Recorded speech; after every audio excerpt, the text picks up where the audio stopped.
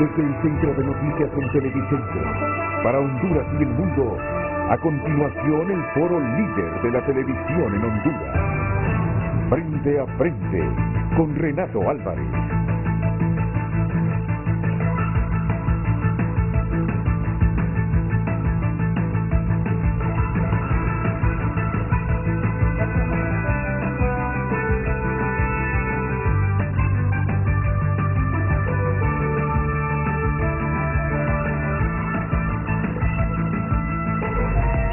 Hoy en Tu Nota es presentado por Banco de Occidente. Goce del respaldo, la confianza y la seguridad financiera que necesita.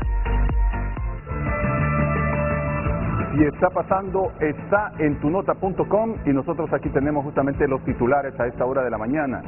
Gobierno subsidiará la tarifa del transporte urbano, pagará 3 lempiras por pasajero. Está pasando, precios del transporte interurbano se establecerán de acuerdo a las categorías. Tarifas del transporte se revisarán cuando baje el precio de los combustibles. Gobierno nombra a Ricardo Salgado como ministro de Planificación Estratégica. Está pasando. Los incendios forestales han afectado 25.526 hectáreas en Honduras en lo que va del 2022. Fondo departamental es constitucional y para derogarlo se necesita mayoría calificada. ¿Qué podría pasar en el juicio del expresidente Juan Orlando Hernández en Nueva York? Abogado lo explica. Estamos trabajando para sacar la sede del ordenamiento jurídico, dice Luis Redondo. Estas y otras noticias están disponibles en tunota.com, porque si está pasando, está en tunota.com y por cortesía de Banco de Occidente. Préstamos personales, préstamos para vivienda o auto, tarjetas de crédito, débito y recargables.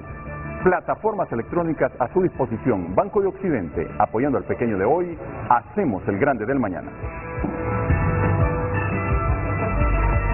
Hoy en Tu Nota fue presentado por Banco de Occidente. Goce del respaldo, la confianza y la seguridad financiera que necesita.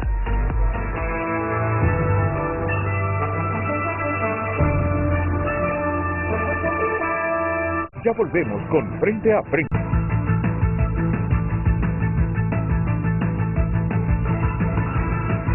Hola, pero muy buenos días, bienvenidos a Frente esta mañana, en que el país de nuevo aparece con conflictividad en el ámbito público y sobre todo en lo relacionado con el asunto laboral. De nuevo, la polémica se centra en la Secretaría de Salud. Yo sé que es una de las secretarías más sensibles por muchas razones, al igual que la Secretaría de Educación, pero ahora son los médicos que están anunciando algunos mecanismos de presión para que se les contrate a los médicos de primera línea y el personal sanitario igual en otras áreas como el de enfermería presiona para que todo lo que fue calificado de personal de primera línea sea contratado, tenga un acuerdo por parte del gobierno. Entonces, como las cosas desde la perspectiva de salud no son fáciles, porque hay que hacer trámites rigurosos para que no haya al final ningún problema con las contrataciones de recursos humanos, esto se va tardando y la gente se desespera, porque afirma, tiene algunos meses sin recibir el salario de parte del gobierno. Una situación compleja la que enfrenta el ministro de Salud, José Manuel Mateu. Se los digo con toda franqueza, no sé si Mateu ha tenido tiempo desde el 27 de enero de trabajar en función de las políticas macro para ver cómo rescata, cómo revoluciona la salud en Honduras. No sé si le ha dado tiempo a Mateu, porque desde que yo recuerde, y que no hace mucho, 27 de enero, ha estado solucionando conflictos laborales cotidianos todos los días. Le han tomado hospitales, hay sectores que han presionado para que lo quiten del cargo, y bueno, tantas cosas en las que se pierde el tiempo históricamente por parte del funcionario público. No es al primero que le ocurre esto. A los ministros de salud todos han enfrentado estos problemas. a los secretarios de educación, todos han enfrentado estos problemas.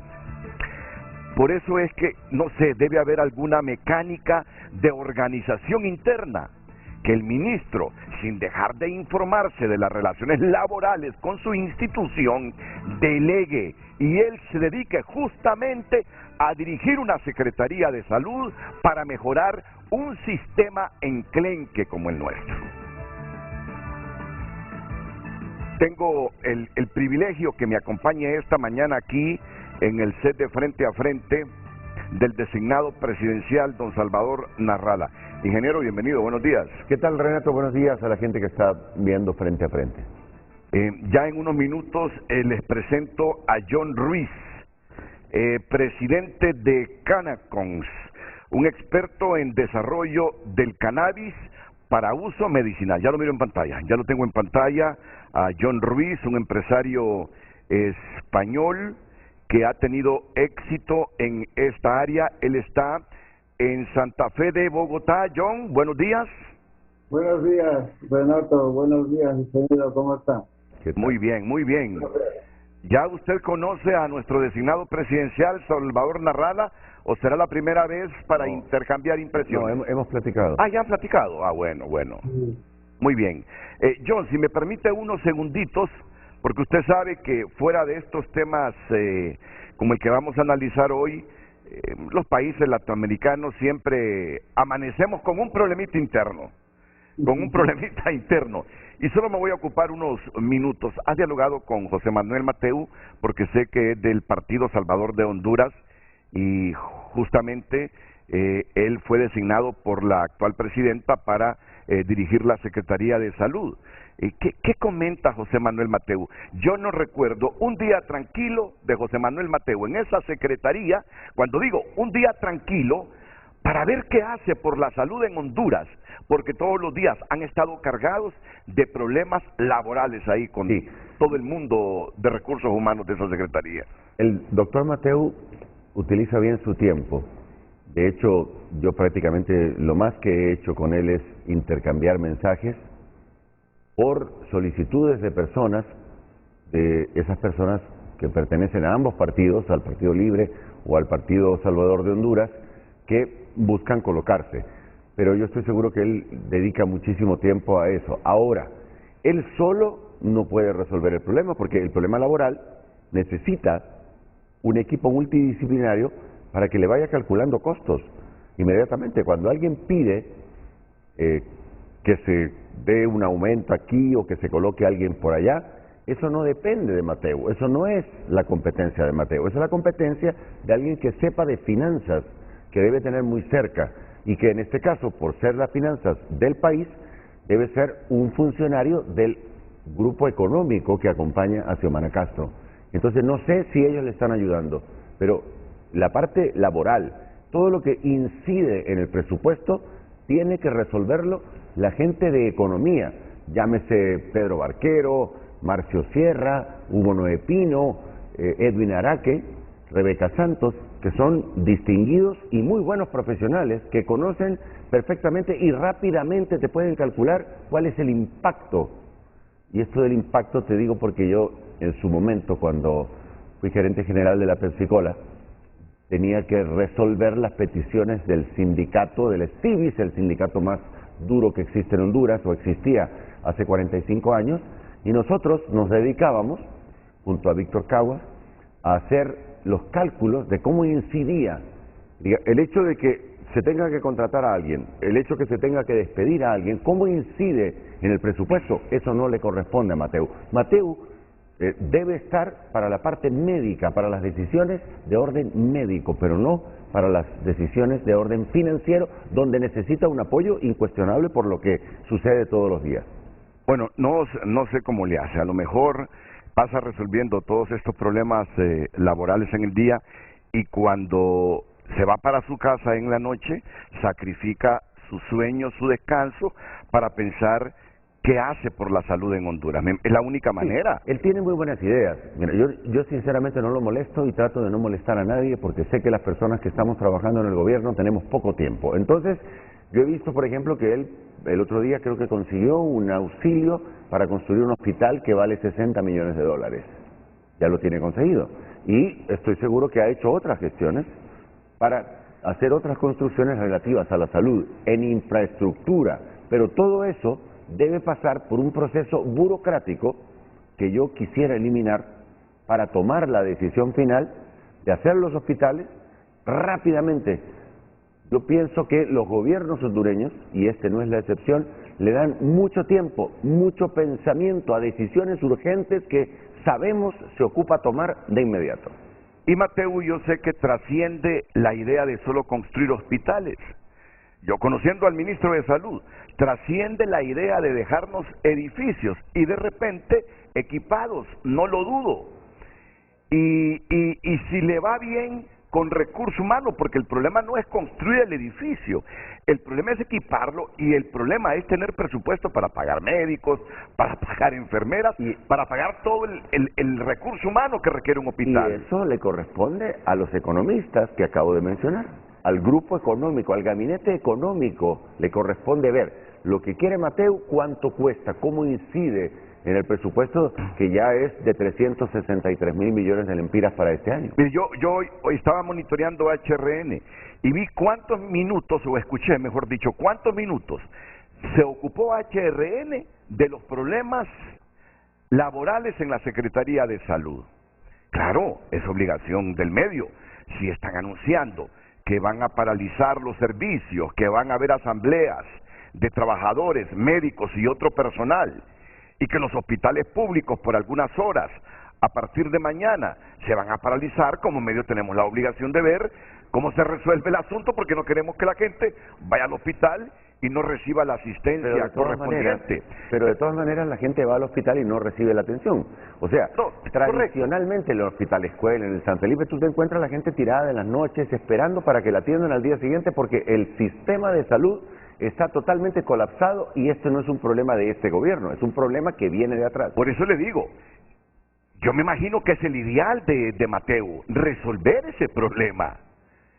Pero si todo el día va a pasar reunido con dirigentes gremiales viendo cómo se resuelve el problema del empleo en esa secretaría, así han perdido el tiempo muchos secretarios de salud. Tiene que ser un equipo multidisciplinario, tiene que tener al lado a una persona que le calcule inmediatamente el impacto económico de mantener a personas. Ahora, hay un problema en todas las secretarías, no solamente en la de Mateu, que el gobierno anterior dejó con contratos a un montón de personas que no hacen nada, que solamente cobran el sueldo y hay que sacarlas, y para sacarlas hay que pagarles, y por eso se destinó dentro del presupuesto una cantidad importante de dinero para pagar prestaciones, no porque políticamente no nos convenga mantenerlo, sino porque esas personas no trabajan.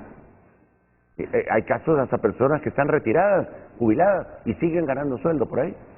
Bueno, pues uno pensando en que tiene que mejorar el sistema de salud, porque el sistema de salud no solo es manejar las relaciones laborales con el personal, que son miles y miles. Nosotros lo que queremos ver es a un José Manuel Mateu, a uno de los mejores estudiantes en su promoción de bachillerato en el Central, a un médico con mucha experiencia, con mucha reflexión crítica, transformando, mejorando el sistema de salud. Como cuando yo era niño y Enrique Aguilar Paz Cerrato, exsecretario de Salud, con el gobierno de turno, miren que era un gobierno, si mal no recuerdo, militar, dijeron hay que construir centros de salud en todo el país.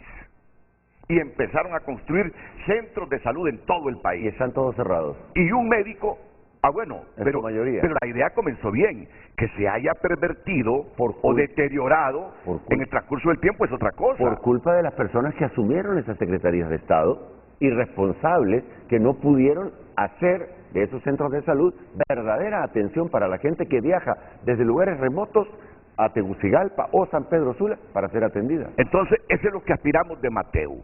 Un hombre que llegue con un pensamiento diferente, aunque no hay nada inédito, dice el Eclesiastés, en esta vida. Todo lo que pensamos hacer ya ha sido hecho, pero por lo menos que el hombre modernice esa secretaría, que pensemos en la salud preventiva, como el modelo cubano, hemos en tantas otras cosas que son básicas para que nos sintamos orgullosos de nuestra Secretaría. No quiero ver a Mateu y al Partido Salvador de Honduras en 4 años llorando porque pasaron por ahí y los conflictos laborales no les dejaron hacer nada. Esa no es la personalidad de Mateu, por eso quiero que... no es el Partido Salvador de Honduras el que está en el Ministerio de Salud. Una persona que compitió para diputado y ganó su escaño fue nombrada por Xiomara Castro para ocupar ese puesto, pero no es el Partido Salvador de Honduras. De hecho, además de Mateu, creo que no hay ninguna persona en todo el sistema de salud que pertenezca al Partido Salvador de Honduras. Entonces, no le podemos echar la culpa a un partido. Ahora, una vez que el ministro llega, tiene que olvidarse, como se olvidó Mateu, como se olvida todo, él es un empleado del país, no del Partido Libre ni del Partido Salvador de Honduras, porque ese ha sido el gran problema que tiene Honduras, que los empleados que llegan a los ministerios o a las diferentes instituciones prácticamente le responden a su partido, le dan trabajo a las personas de su partido, que no es el caso del PSH, porque advierto y repito para toda la gente, no tiene la potestad Mateu de darle trabajo absolutamente a nadie de ningún partido. Eso lo decide, entiendo, la viceministra, que se llama Nersa, no recuerdo el apellido. Bueno, pero Nersa Paz se llama. Nersa Paz. Pero ya previa consulta con el partido al cual pertenece ella, que es el Partido Libre. O sea que no puede emplear a nadie, Mateu, ahí. Claro que no, yo lo sé, lo hemos platicado un montón de veces, porque hay gente muy capaz que yo conozco que le he remitido en los pocos momentos, eventualmente, y cada vez le remito menos, en los que tengo contacto con él, y es infortunado que él no pueda nombrar a personas capaces que él conoce, independientemente de su color político, que es lo que tiene que olvidarse Honduras, del color político, porque cuando te olvidas del color político, entonces servís a la nación. Pero si vos pones a pura gente de tu partido, estás perjudicando al pueblo. Pero mire, conociendo que es una de las secretarías más complejas para dirigir, es de las secretarías que genera más conflictividad. Hay que ponerle un económico al Si lado. fracasa Mateu, desde Libre van a decir, fracasó ahí el Partido Salvador de Honduras, porque el ministro es Mateu. Pero mire, no, porque las decisiones las toma Xiomara Castro, no las toma nadie del Partido Salvador de Honduras. A mí no me consultan absolutamente nada, todo lo decide a través de la doctora Nersa Paz, la presidenta Xiomara Castro. ¿Y Mateu qué hace entonces? Dirigir, él es el ministro, él recibe las instrucciones de la presidenta y aplica sus conocimientos para resolver el problema de salud. Pero resolver el problema de salud pasa por el asunto económico. Entonces, para resolver el problema de salud vía económica, necesita tener 1 o 2 expertos, un equipo que le vaya calculando cada vez que alguien reclama cuánto es el impacto y si se puede asumir o no asumir. Y esa decisión, para tomarla rápidamente, tiene que tener un par de personas expertas en calcular impactos económicos a su lado. Pero mire, yo lo que sugeriría muy respetuosamente, Mateu, porque hoy, por ejemplo, ¿qué están diciendo los médicos? Que nos recibe el ministro, que platiquemos. Cuando dicen, tengo un conflicto con la Secretaría de Salud, el conflictuado quiere que se lo resuelva el ministro. Sí. Y el ministro no puede pasar 4 años resolviendo conflictos laborales, porque entonces pierde el tiempo y no se dedica a lo suyo. Y para resolverlo, tiene que recurrir a la presidenta de la República, y para eso necesita pedirle cita a la presidenta y necesita hacer un montón de burocracia que va retrasando la solución. Por eso, los ministros deberían tener la independencia para poder tomar sus decisiones con personas que calculen el impacto económico y que la gente del gabinete económico diga, eso es factible, hágalo. O, para que sea factible, se precisa recibir una ayuda extranjera, o se precisa sacar un préstamo por aquí o un préstamo por allá. Yo lo veo sencillo como profesional en el análisis multidisciplinario, porque la parte de Mateu es la parte médica, independientemente de los conocimientos amplios que él tenga en otras materias. Y en esa lógica, si el ministro no encuentra las vías expeditas para tener reuniones con la presidenta, pues ahí interviene el designado presidencial, Salvador Narrala, para facilitarle ese trabajo a José Manuel Mateu, que tiene una de las secretarías más delicadas de nuestro país. Yo encantado de reunirme con el doctor Mateu para intentar, desde mi posición de designado presidencial, plantearle a la presidenta de la República cuáles son los problemas, porque esto que estamos viviendo ahorita no es una cosa de ahorita, esto se ha pasado siempre. ¿Por qué? porque los canales para acelerar las decisiones, y para acelerar una decisión, ¿qué es necesario saber? El impacto. Te llegan a pedir 1000 personas chamba, eso significa un impacto económico. ¿Cómo podés conseguir ese dinero para poder tener a esas personas? Ahora, Mateu puede decir, estas 1000 personas solamente me sirven 10. Los otros son activistas políticos. Te digo un ejemplo, ¿no? Entonces, no metamos la parte política. Hay que meter la parte de la necesidad del pueblo, porque los ministros son ministros del pueblo y la presidenta es la presidenta del pueblo, no del partido que la llevó al poder.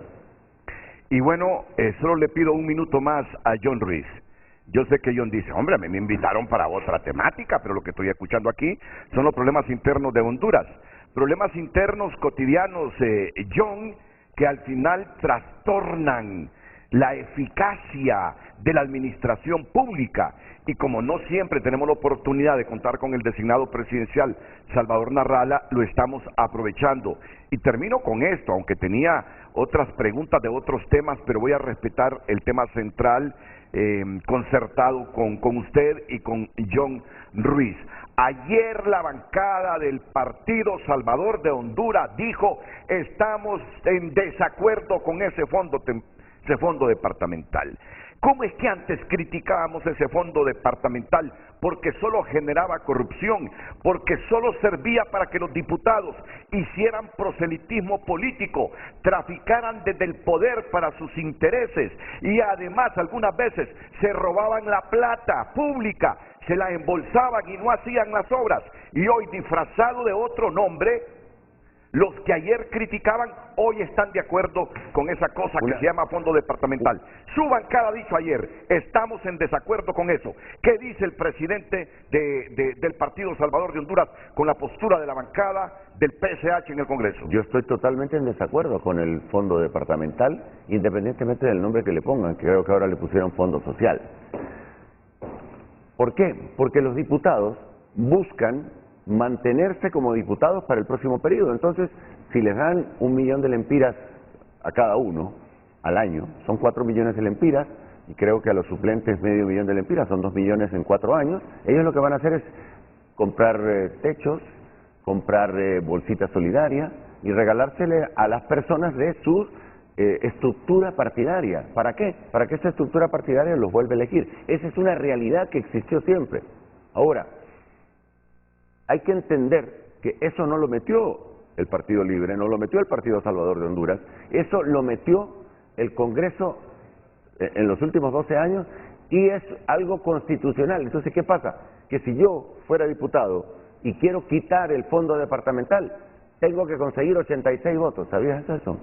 Claro. 86 votos. Entonces, 86 votos, si el Partido Salvador de Honduras solo nos dejaron 10.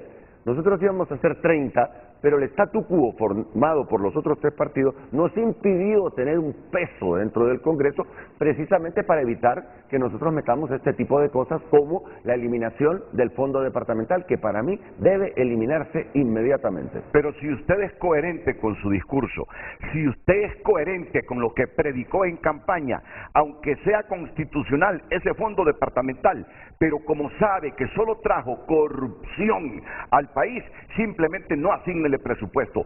Si los diputados son conscientes, dirían, sí, no asignen presupuesto, aunque figure constitucionalmente. Y luego consensúe con el resto de bancadas, eliminemos esa figura, porque esa figura la tenemos para nada. De hecho, aquí, por conciencia de los diputados, nadie recibe dinero de ese mentado fondo para embolsárselo o para ir a hacer proselitismo político. De acuerdo, de acuerdo. ¿Por qué no lo han hecho? De acuerdo. Bueno, de hecho, tú lo has dicho que ayer...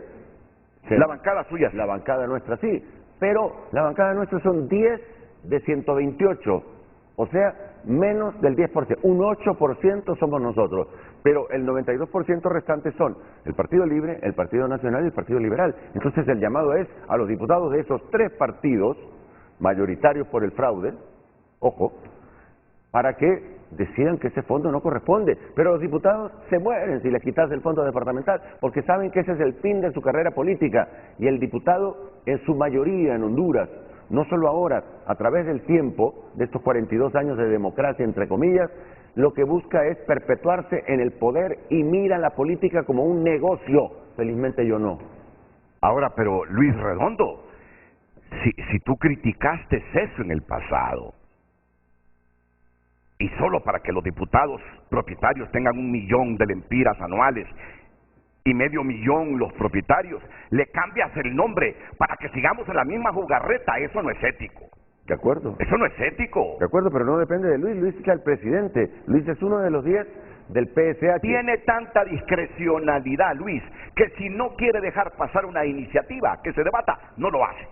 Tiene tanta discrecionalidad el presidente del Congreso que aunque le ruegue, aunque se le hinque, aunque le quiera sobornar a un diputado, déjame presentar esta iniciativa, por favor, déjamela presentar. Si él, como presidente del Congreso, no agenda esa iniciativa, esa moción, no se presenta en el hemiciclo esa moción. Hasta esa discrecionalidad tiene Luis. ¿Cómo entonces es que permite que le cambien el nombre y que se le asigne 1 millón de lempiras a los diputados? Lo que tiene que hacer entonces es traer a Luis y traer a los jefes de la bancada de cada uno de los 3 partidos que deciden, porque el PSH no decide porque solo somos 10. Que vengan los presidentes de las bancadas de Libre, Nacional, Liberal y Luis Redondo. Y en un foro decidan por qué. Porque yo me acuerdo que en el periodo de los 3 presidentes del Congreso de los últimos 12 años, Juan Orlando Hernández y Mauricio Oliva, que estuvo 8 años, no solamente existía el fondo departamental, sino que no había que liquidarlo. Y todos decían que lo utilizaban para fumigar. No, y que hicieron que una la compañía, piñata. y que la compañía la compañía que fumiga no da recibos. Hicieron una piñata de tal manera que cuando lo descubro la Maxi y presenta los requerimientos fiscales que hicieron después en el Congreso Nacional, fueron modificando leyes para que los diputados que usaron a su antojo esos dineros públicos no fueran metidos a la cárcel. Fueron reformando ley tras ley, tras ley, tras ley, y con la crítica de los partidos de oposición y con la crítica de la misma prensa. ¿Cómo es que ahora me van a venir a decir ya no es fondo departamental solo porque le cambiaron el nombre? De acuerdo. No, eso no es ético. Y no solo hicieron no eso. Es coherente. Y no solo hicieron eso, sino que además, en el momento que apareció involucrado el presidente del Congreso, sacaron la Maxi, que era la misión que descubrió Bien que me lo recuerde. este robo. Sacaron a la Maxi. Por eso hoy, te cuento, seguimos en los trabajos junto a Naciones Unidas, junto a algunos ministros, tenemos reunión hoy, para continuar en los preparativos para la llegada a Honduras de una misión que determinará si hay ambiente para instalar una comisión internacional Y contra la pregunte impunidad y la algo, corrupción. ingeniero Salvador Narrala, designado presidencial, que han habido dificultades y un poco de cuestionamiento de Estados Unidos y de la misma ONU, porque el gobierno pretende que esa instancia que viene, como vino la Maxi, solo venga por 1 año y medio. No.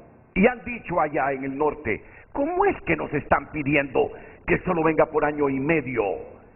Hombre, No. pregunte, que por ahí han habido dificultades. Hay gente en el gobierno que quiere que esa instancia, que no sé si le van a llamar Maxi o le van a cambiar de nombre, solo venga por 1 año y medio. Mi sugerencia es que esa misión de la ONU venga por lo menos por 6 años. ¿Por qué? Porque al pasar del periodo actual podrá investigar lo que hagamos nosotros, podrá investigarnos a nosotros, a ver si durante nuestro gobierno fuimos o no corruptos o actuamos con las manos limpias. ¿Qué te parece? 6 años, para que también se investigue, porque venir para que investiguen a otros y que no nos investiguen a nosotros no es ético. Eso pido yo, que trabajo con manos limpias y soy un técnico más que un político. Bueno, dejamos toda esta temática nacional para abordar ya el tema central. Y vamos con esa idea que planteó el ingeniero Salvador Narrala, que no es nueva. No es nueva. Yo recuerdo que el año pasado, cuando Costa Rica aprobó, ¿cómo es? ¿El cannabis o la cannabis? No sé realmente Aquí cómo se es. me fue un poquito el chip. ¿El John, cultivo ¿el de cannabis o la cannabis? Tal vez John sabe. Yo siempre he hecho el cannabis, la verdad, pero me pillas ahí en una buena pregunta. Mire que tuve muchas horas de esta noche leyendo, pero no me preocupé por el artículo, si es la o el cannabis. Pero ya vamos. Como dice Rick Simoncada, a googlear cuando le preguntaron sobre el Producto Interno Bruto. No, pero Quien no responde ahora a las preguntas teniendo estos buscadores, francamente. Pero yo le digo a algunos amigos, lo dijo en forma irónica, Rixi, ¿cómo no vas a ver Rixi que es el pibe? ¿O qué es? Seguro que ¿Qué lo es sabe. el pibe? Claro que lo sabe. Tal vez quiso bromear con el periodista. Lo dijo en forma irónica. La cannabis, verificado, se fue a la Real Academia Española. No importa. ¿Podemos decir la cannabis? El presidente, Muy bien. ¿La presidenta o la presidente? O sea, no nos perdamos en ese tipo de cosas, que por eso en Honduras se pierde un montón de tiempo dándonos vueltas en burocracia y en cosas que no tienen importancia. El cannabis o la cannabis es un cultivo que le puede generar a Honduras un montón de empleo y un montón de pisto. Eso es todo. Pero es fundamental que estos países aprendamos a hablar nuestro idioma, porque esa es una de las grandes debilidades, la matemática y el lenguaje. Por eso es que le doy espacio. De acuerdo, yo preferiría que la gente tuviera la clase de moral cívica, ética, para que se educara desde niño y cuando llegue a los puestos públicos no robe, no sea corrupto. Entonces, ya me lo explicó, ya lo anticipó usted como titular. Esa idea suya surge, ¿por qué y para qué? Surge porque hay muchos proyectos en el mundo que se quieren hacer y que generan empleo. Para mí lo importante de este proyecto es la generación de empleo. ¿Por qué? Mejor lo va a explicar el experto John Ruiz. Una hectárea que tú siembras te genera aproximadamente 17 empleos. Si tú siembras con cannabis 1000 hectáreas, produces 17.000 empleos. Si siembras 5.000 hectáreas de cannabis, produces 85.000 empleos. Según los datos oficiales que leí el otro día, hay 325.000 personas en Honduras que no tienen empleo, que están totalmente desempleadas. Bueno, ahí tenés una parte, ahí podés resolver una parte del problema. Esa es una cosa. Ahora, la gente se desvía sobre que el cannabis es la marihuana. Nadie te está diciendo que la autorices en Honduras. Hacete tus granjas, cultivala en Honduras y no permitas que salga de las granjas donde se cultiven, solamente que se exporte, que no toque, solo que se utilice en nuestro territorio. ¿Por qué nuestro territorio? Porque la latitud de Honduras permite que tengamos sol todo el año. Y en otras partes que no hay sol, tienen que pagar iluminación artificial, entonces la producción del cannabis es cara. En Honduras la producción del cannabis es barata. Y puede producir, te puede hablar John, dejémoslo hablar a él, cuánto le produce a Colombia, cuánto le produce a los otros países que tienen el clima adecuado.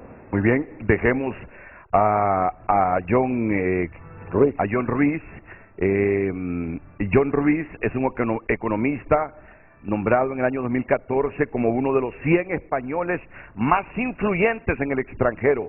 Lidera la primera compañía colombiana que ha obtenido una licencia para el procesamiento del cannabis como medicina natural.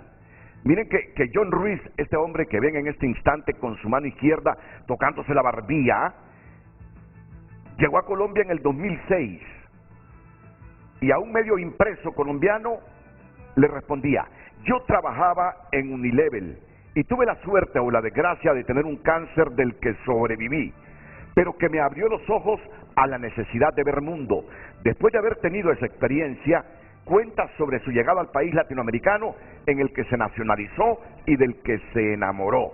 Tras 5 años trabajando para Philip Morris, decidió dar un vuelco en su carrera y comenzó a dirigir la casa editorial El Tiempo, uno de los grupos mediáticos más importantes de Colombia. Mi respeto, John, mi respeto. Sé lo que significa El Tiempo en Colombia. Eso me hizo reinventarme profesionalmente porque tuve que empezar de cero en una industria de la que no conocía absolutamente nada.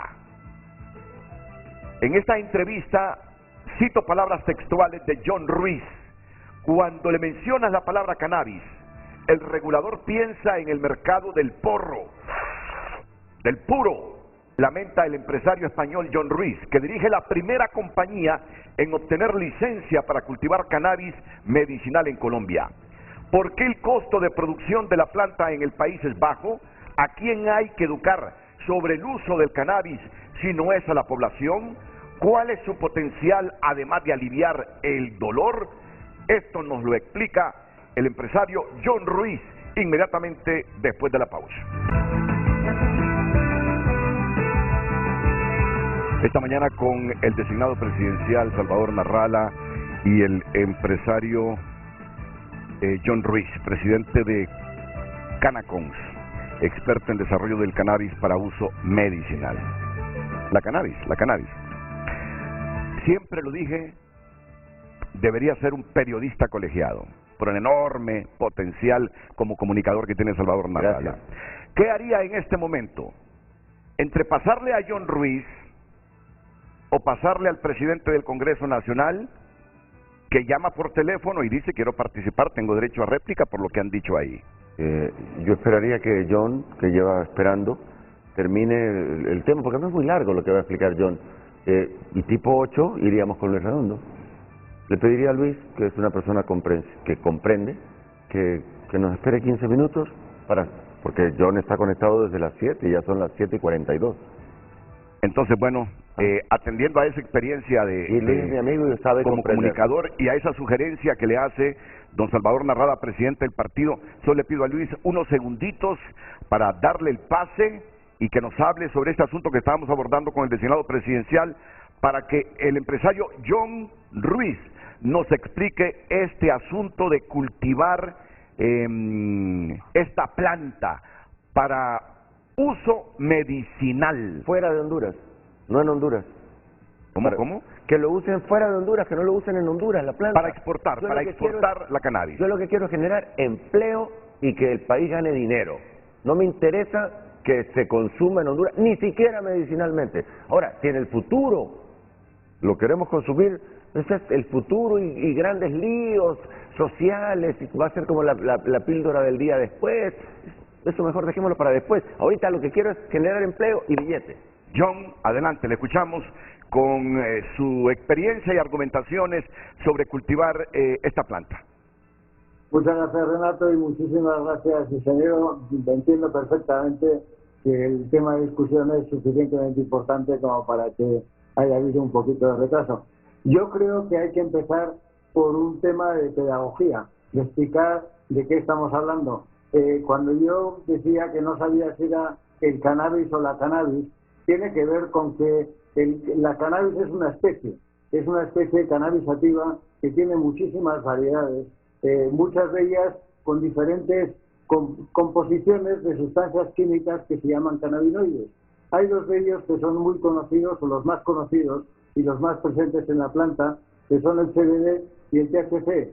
Por explicarlo de una manera muy sencilla, el THC es el que te da el efecto psicoactivo y el CBD es el que ha probado tener muchísimos efectos medicinales como antiinflamatorio, analgésico, neuroprotector, anticonvulsionante, antioxidante, entre muchos otros, y de hecho ha mostrado, digamos, en ensayos médicos con toda la reputación y toda la credibilidad, mostrar efectos positivos en la epilepsia, en la ansiedad, en la psicosis, en el dolor, en muchas patologías, digamos. Como se refería el ingeniero anteriormente, en este caso estamos hablando de una grandísima oportunidad mundial, efectivamente, porque se están abriendo muchísimos países a nivel internacional. Estamos hablando siempre para uso medicinal y siempre plantas con muy bajo contenido del THC. Vuelvo a repetir, es el cannabinoide que de alguna forma pone o da el efecto psicoactivo, y con un alto contenido de CBD.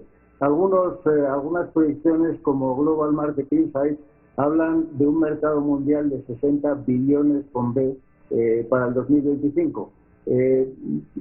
Una sorpresa que voy a dar de alguna forma es que uno piensa que en el continente latinoamericano no hay, digamos, negocio de cáñamo, que es como se conocen estas variedades que tienen alto contenido de CBD, y sin embargo, el año 2020 se exportaron 1,5 billones de dólares de cáñamo en el continente.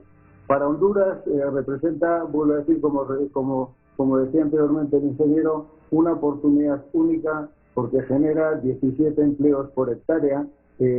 Para poner una comparativa de un país que conozco muy bien porque se desarrolló desde el 2015 en Colombia, un ex candidato presidencial, ex ministro de Hacienda, Juan Carlos Echeverry, en un estudio que hicieron en el 2017, estimó que para 2025 este mercado para Colombia, vuelvo a decir, mercado medicinal, podría representar entre 2 y 18 billones de dólares en 2025 de exportaciones, superando a la suma del petróleo, banano, café, carbón y manufacturas que tiene el país actualmente. Es decir, estamos hablando de una oportunidad que yo creo que nunca hemos visto o desde luego yo no la conozco.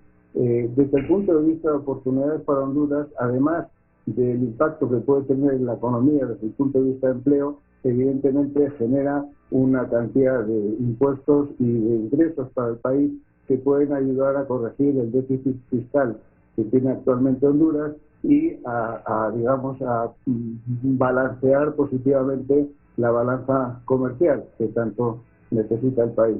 Además, el cáñamo o el cultivo del cannabis no psicoactivo, según el Centro para la Innovación de Materiales Naturales de Cambridge, ha calculado que el cannabis puede capturar carbono atmosférico 2 veces más eficazmente que los árboles, absorbiendo entre 8 y 15 toneladas de CO2 por hectárea de cultivo.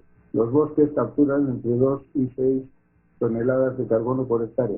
Es decir, estamos hablando de un cultivo que, además de generar muchísimos miles de empleos, hoy en día, a enero del 2022, Estados Unidos ha generado 430.000 empleos directamente relacionados con la industria del cannabis. Es decir, puede tener un impacto muy grande en la generación de empleo y de ingresos a través de un sistema de licenciamientos concedido por el Estado y supervisado por el Estado, y que garantice que no cualquiera puede empezar a cultivar la planta, sino que, cumpliendo unos requisitos muy exigentes, el Estado decide a quién de alguna forma concede esa licencia y supervisa que los cultivos se hacen para el fin para lo que se ha concedido la licencia.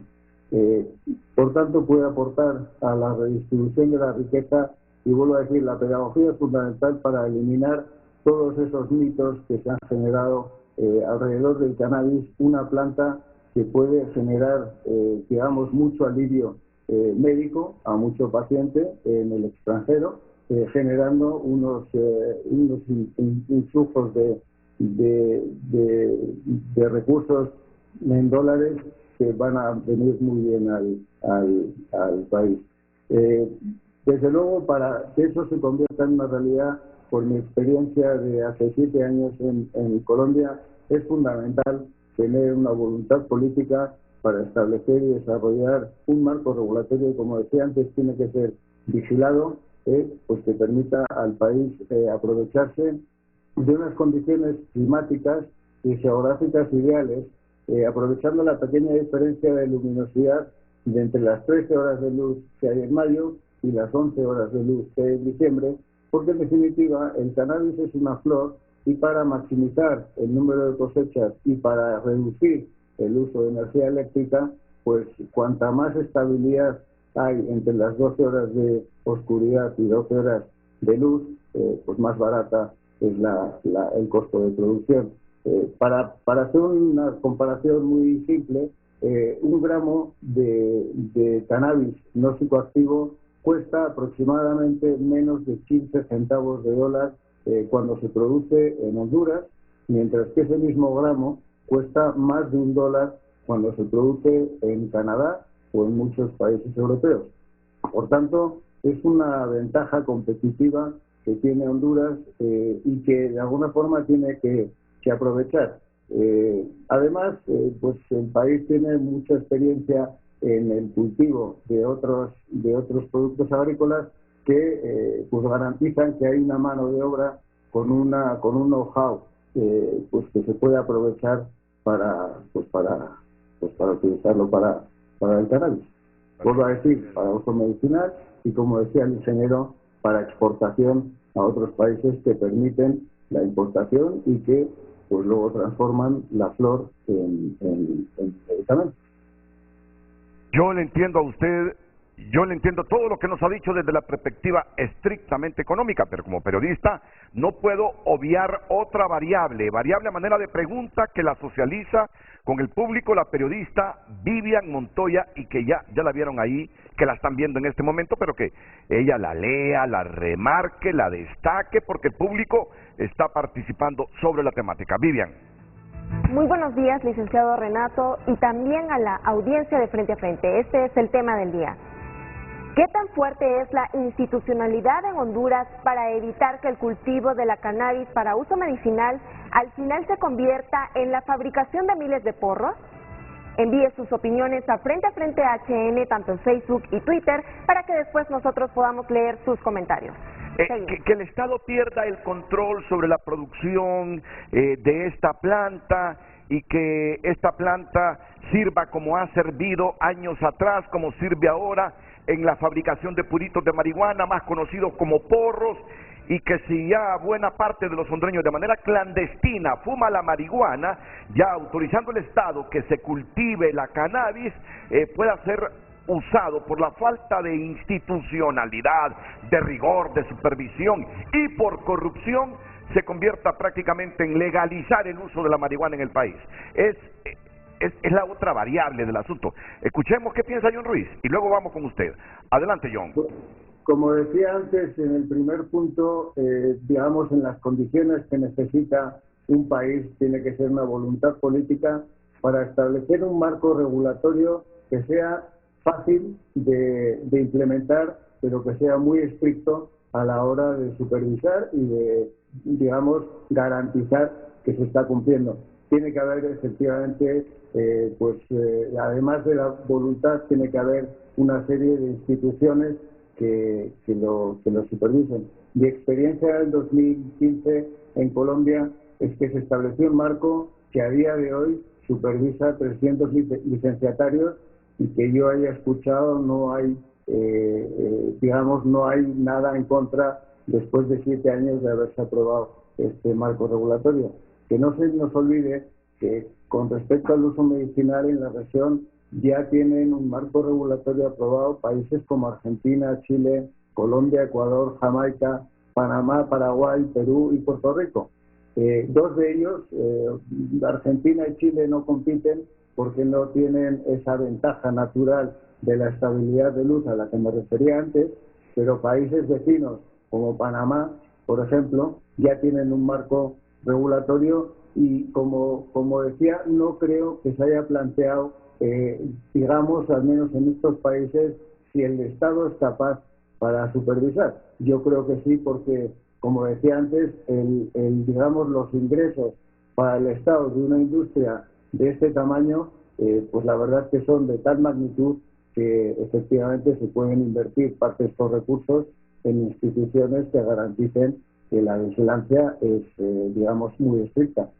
Por utilizar el ejemplo de Colombia, el estudio al que me refería antes, digamos, desarrollado por el exministro y candidato presidencial Juan Carlos Echeverri, él estimaba que el ingreso para Colombia en el 2025 podría ser de entre 4 y 18 billones de dólares. Es decir, yo creo que el potencial que tiene, y vuelvo a repetir, estamos hablando únicamente de exportación de cannabis para uso medicinal. Es cannabis que en la Unión Europea, por ejemplo, el nivel de THC, es decir, la componente psicoactiva, tiene que ser inferior al 0,3%. Es decir, tiene unos niveles muy bajos de psicoactividad. Es decir, uno se puede fumar todos los porros que quiera de ese tipo de variedad de cannabis y no tiene absolutamente ningún efecto psicoactivo, y sí va a tener efectos medicinales. Es decir, cada vez más se ve que no solo en la región, sino que en muchos países del mundo se está regulando el uso medicinal, porque además no se nos olvide que en diciembre del 2020 las Naciones Unidas decidieron no solo remover el cannabis de la lista de las sustancias más peligrosas en cuanto a drogas, sino que, digamos, dijo muy claramente que el CBD no se puede perseguir porque es un una componente, una sustancia química que no tiene absolutamente ninguna nocividad. Para mayor comprensión del público en Honduras, cuando John Ruiz habla de que Colombia puede obtener entre 4 y 18 billones. Está hablando, cuando dice 18 billones de dólares por exportar cannabis, está hablando de 18 mil millones de dólares. Sí. Está hablando de 18 mil millones de dólares. O sea, la deuda de Honduras, la deuda externa de Honduras en exportación de cannabis de Colombia en los próximos 3 años. No, pero en un año, John, sería... En los próximos 3, hasta el 2025. No, en el 2025, un año. Un año. ¿En un año? Ah, en el 2025. O sea, sí, porque tendrían la capacidad de exportar... Y hay otros 2 países, Costa Rica y Panamá, que iniciaron este año el cultivo de cannabis. Digo porque de repente Colombia lo podemos estigmatizar, pero Panamá y Costa Rica, que los tenemos ahí nomás a 1 hora de vuelo, me gustaría preguntarle a John, ¿iniciaron este negocio cuándo? Panamá tiene que todavía, el Ministerio de Salud tiene que regular la ley y eso también vuelve a incidir en la voluntad política que tenga el gobierno que esté en ese momento. Y esto lo digo claramente para que Honduras no tenga la sensación de hemos perdido el tren. No, para nada. Costa Rica aprobó una ley marco y a esa ley marco falta todas las resoluciones, toda la regulación que viene detrás de una ley en cuanto a decretos y resoluciones. No sé cómo se llaman en Honduras, pero me imagino que será una estructura del ordenamiento jurídico muy similar. A Panamá le pasa un poco lo mismo. Sí lanzó una ley, la publicitó de una manera muy abierta en los medios de comunicación, pero cuando uno va a mirar le falta prácticamente 2/3 de lo que le falta a una ley hasta que el producto puede llegar al mercado. Es decir, todavía hay muchas oportunidades en el mercado, digamos, en los países que tienen esa ventaja competitiva de bajo costo. Muy bien, y además, otro punto que más adelante lo vamos a analizar, y es que el cultivo de la cannabis tiene enemigos fuertes, como la industria farmacéutica, porque la cannabis puede llegar a competir seriamente con los productos de la industria farmacéutica. Y sobre esto le quiero preguntar más adelante a John Reed, pero escuchémoslo. Sí, olvidémonos de que se vende en Honduras. Olvidémonos de eso. Si no lo produce Honduras, lo está produciendo Panamá, lo está produciendo Costa Rica, lo está produciendo Estados Unidos, lo está produciendo Colombia, lo están produciendo un montón de países. Él mencionó un dato. 15 centavos de dólar cuesta 1 gramo en Honduras. Por el sol, por el ambiente en el país. Exacto. Y más de $1, o sea, 7 veces más en Canadá y en Europa. Exactamente. Climas fríos. Ese tipo de diferencia de costo no se obtiene prácticamente en ningún producto. Por eso es que queremos aprovechar eso. Y quiero también advertir, porque por ahí aparece de que yo hago inversiones. Yo no hago ninguna inversión. Por ahí dicen que yo invierto en bitcoins. No invierto en absolutamente nada. Ni me interesa meterme en esto. Este es un negocio que lo tiene que agarrar el gobierno y todas las ganancias serán para el gobierno. Y así como se hacen las maquilas, por ejemplo. En una maquila que produce para exportar, ¿quién agarra cosas de esa maquila para venderlas localmente? Nadie. ¿Por qué no se puede hacer lo mismo? Por eso el marco regulatorio para su consumo o venta local, yo me olvidaría totalmente, porque eso va a demorar, como está demorando en Costa Rica y Panamá. Vamos a ver, ¿por qué dice que las ganancias serían para el gobierno? Porque Costa Rica, ¿cómo lo vendió? Costa Rica lo vendió, que el productor cultive eso para que le vaya bien. Sí, pero que lo haga... Al final es el productor el que exporta eso. Pero agarremos eso que está virgen y que lo haga el gobierno, con su dinero el gobierno, y que lo protege el gobierno, y que lo supervise el gobierno, y que toda la ganancia sea para el gobierno. ¿Y dónde lo va a sembrar el gobierno? En las diferentes...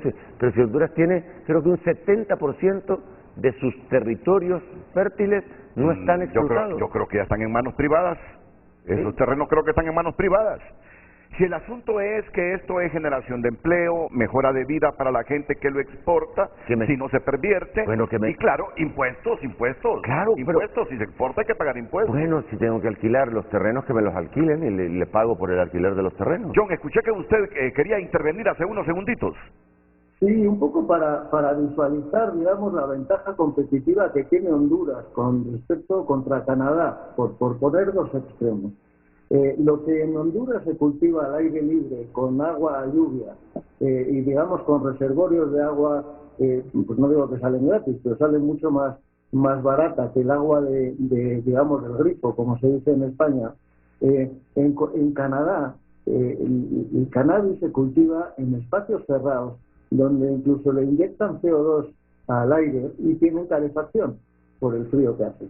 Y eso evidentemente pues tiene un impacto no solo en la tarifa de lo que cuesta cada gramo de cannabis por el uso de luz, sino el daño al medio ambiente que tiene, la huella medioambiental que deja esa industria. Cuando ponía el ejemplo del impacto positivo que tiene la absorción de CO2 con respecto a los árboles, uno solo se beneficia de ese impacto positivo cuando lo hace al aire libre, no cuando lo hace bajo techo, incluso con calefacción. Como digo, eso lleva a que el extremo de los 15 centavos contra el dólar sea sostenible. Y eso efectivamente pues le puede traer al país, le debe traer a Honduras un montón de impuestos o un montón de ingresos vía exportación.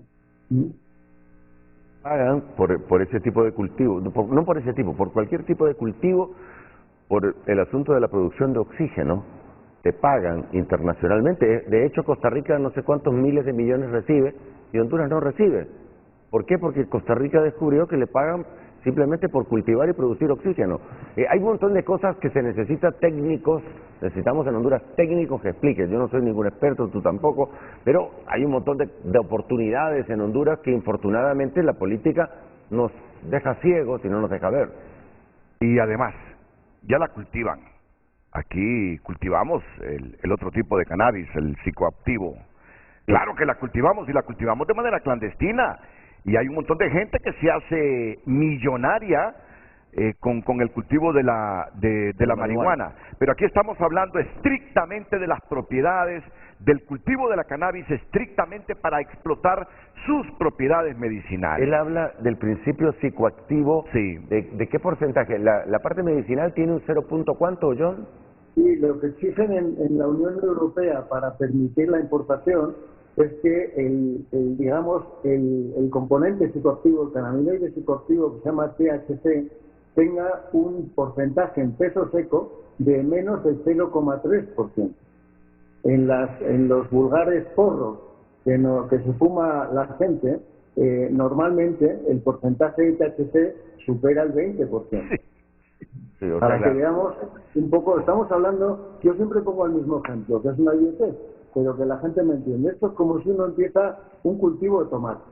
Lo primero que tiene que pensar es de dónde sacó la semilla, qué tipo de semilla es. La semilla tiene que ser certificada y ahí hay un montón de propiedad intelectual detrás que pocos países se están aprovechando y ahí ni siquiera se ha plantado ninguna mata. Ahí estamos hablando únicamente de la certificación del origen de la planta. Pero cuando uno después piensa en el tomate, perdón, Renato, hay muchos tipos de tomates. Claro, ellos. Claro. Uno es tomate pera, otro es más grande, otro es más pequeño. Esto es como el cannabis. Sí. Hay una planta que se llama cannabis sativa y que cada uno tiene pues los hijos. Uno tiene mucho CBD, otro tiene mucho THC, ¿sabes? Y eso es lo que define si la planta es psicoactiva o si no es psicoactiva. Nosotros estamos hablando con el ingeniero de una planta que no es psicoactiva, por debajo del 0,3% del THC y que es tan cannabis como la otra. Lo que pasa es que una tiene unos beneficios médicos y la otra tiene unos beneficios psicodélicos, digamos. Claro. Para volar. Por eso es que alucinaba tanto su compañero Licona hace algunas décadas, porque se echaba la psicoactiva de un 20%. Te asombraría. Si de repente, cuando uno entra en confianza con gente muy importante que visita Honduras de otros países, tú le puedes preguntar si consume y te dice que sí, porque en sus países no es prohibido. Yo no la consumo, yo no fumo ni siquiera los cigarrillos. No estoy alentando el consumo de la cocaína, pero buena parte de los ejecutivos neoyorquinos, antes de irse para su casa, se echan su poquito. Y no estoy alentando eso, porque eso se vuelve un vicio después. Solo 1 de cada 5 hace eso que tú acabas de hacer. ¿En Nueva York? No, en todo Estados Unidos. 1 de cada 5 personas. Le prometimos al presidente del Congreso su intervención. Está en la línea telefónica y muchas gracias. Se trata del presidente de un poder del Estado que quiere reaccionar ante los comentarios que aquí se han producido en Frente a Frente.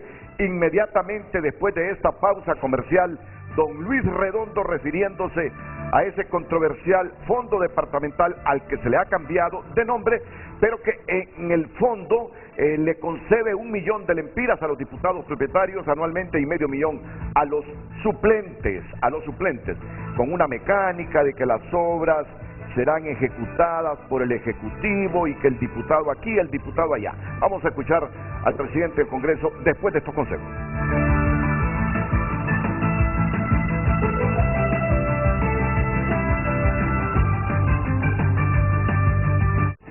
Ya regresa. Ya Vivian Montoya estará leyendo los mensajes que el público escribe a Frente.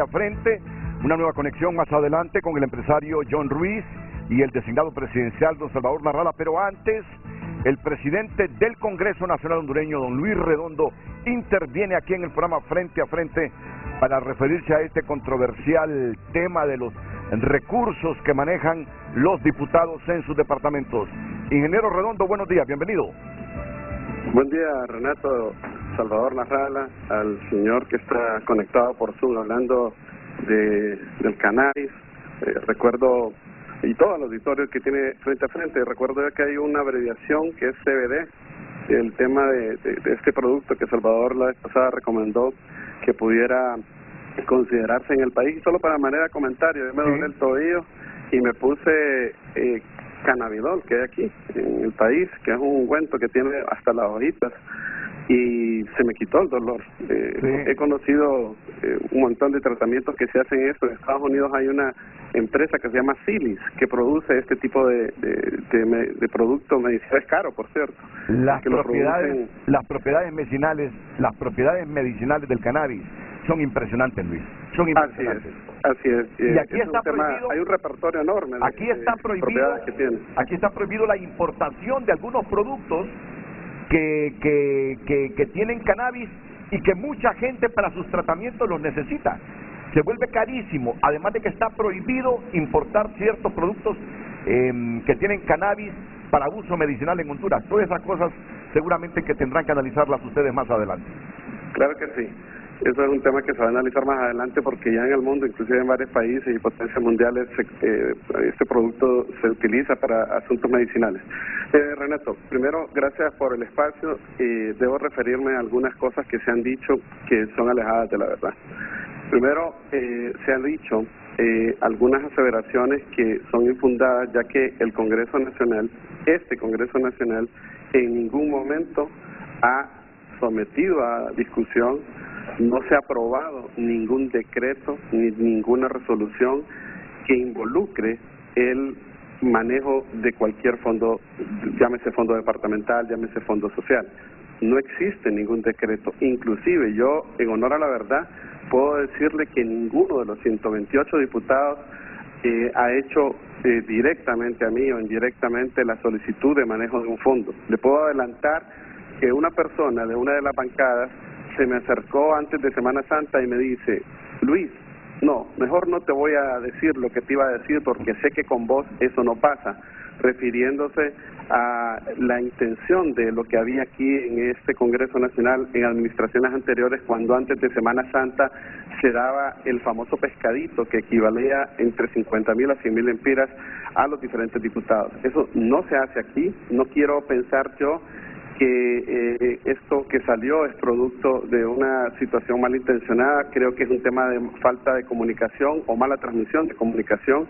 Debo decir, Renato, que cuando yo llegué a este Congreso Nacional lo encontré con dos temas que tienen temas legales inclusive. Uno de ellos es el decreto que se aprobó o salió publicado en la Gaceta el 20 de enero de este año.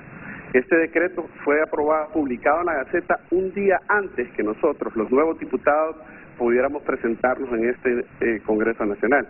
Ese decreto establece que a los diputados suplentes se les dé un sueldo que equivale al 60% del diputado propietario, y también que a los diputados suplentes se les pague el tema de gastos de viaje, entre otras cosas, cuando se desplazan hasta aquí a Tegucigalpa.